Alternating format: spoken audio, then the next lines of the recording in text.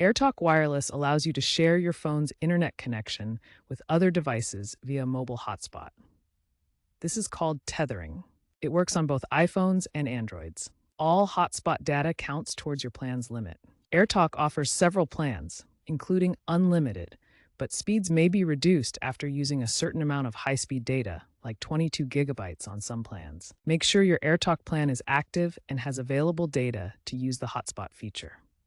Also, be aware that AirTalk mandates WPA3 encryption for hotspots on compatible devices, so ensure your devices support this for enhanced security.